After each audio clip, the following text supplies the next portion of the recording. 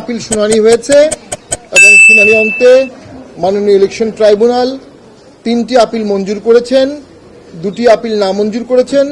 এই 2টি আপিলের নামঞ্জুরের বিরুদ্ধে আমরা উচ্চ আদালতে যাব। যে 3টি মঞ্জুর হয়েছে তার মধ্যে মোহাম্মদ মামুনুর রহিম টাঙ্গাইল 6 ওনারটা মঞ্জুর হয়েছে, AKM ফজলুল হক জামালপুর ওনারটা মঞ্জুর হয়েছে, অ্যাডভোকেট মোহাম্মদ আব্দুর রশিদ সাতক্ষীরা 4 ওনারটা মঞ্জুর হয়েছে। তো আমরা এখন পর্যন্ত সর্বমোট 25টি আপিল শুনানি করেছি এবং 25টি আপিলের মধ্যে 21টি আপিল মঞ্জুর হয়েছে। 21 জন ভোট প্রার্থীতা ফিরে পেয়েছেন, বাকি 4 জন উচ্চ আদালতে রিট করার প্রস্তুতি নিচ্ছেন।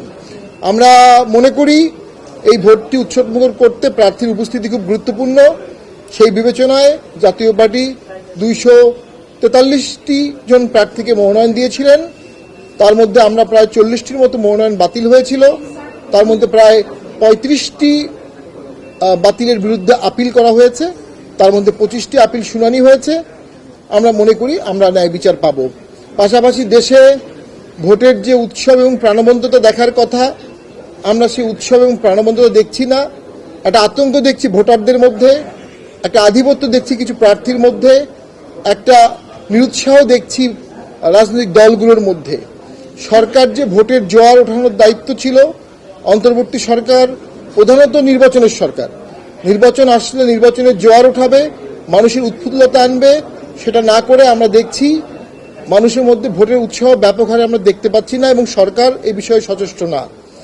এবং যে গণভোট, যেটা নিয়ে অনেকের উৎসাহ আছে, কিছুটা একপাক্ষিকভাবে সে গণভোটের প্রস্তাবনা করা হয়েছিল, সেই গণভোট নিয়েও সকল প্রার্থী বা সকল দলের মধ্যে উৎসাহ দেখা যাচ্ছে না। অনেক ক্ষেত্রে প্রত্যেক প্রার্থী নিজস্ব আসনের জয়ের দিকেই ধাবিত হচ্ছে। গণভোটে গণজট সৃষ্টি হয়ে যেতে পারে।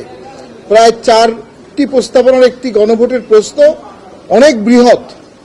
যখন ভোটাররা ভোট কেন্দ্রে যাবে তারা এই প্রশ্ন পড়ে একটি মাত্র উত্তর দিতে হবে, 4টি প্রশ্নের একটি উত্তর। এটা অযৌক্তিক।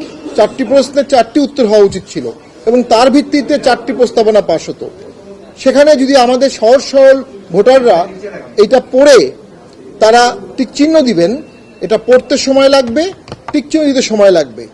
এর ফলশ্রুতিতে আমাদের কিউ লম্বা হতে পারে। যখন লম্বা কিউ হবে তখন মধ্যম সারির ভোটাররা তারা ভোটে নিরুৎসাহিত হয়ে চলে যাবে। এটাও ভোট কাস্টিংকে এফেক্ট করবে।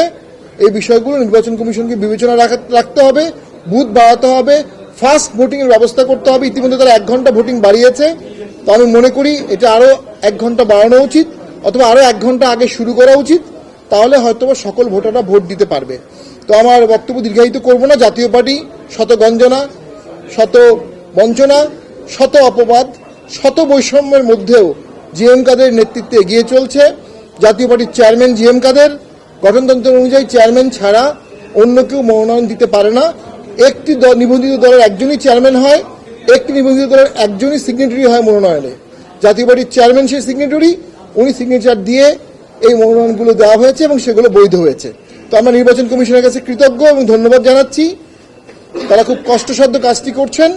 প্রতিদিন প্রায় শতাধিক আপিল শুনছেন এবং সেগুলো ডিসপোজ অফ করছেন, আদেশ লিখছেন, ফাস্ট ট্র্যাকে করছেন। আমরা মনে করি তারা ধন্যবাদ প্রাপ্য।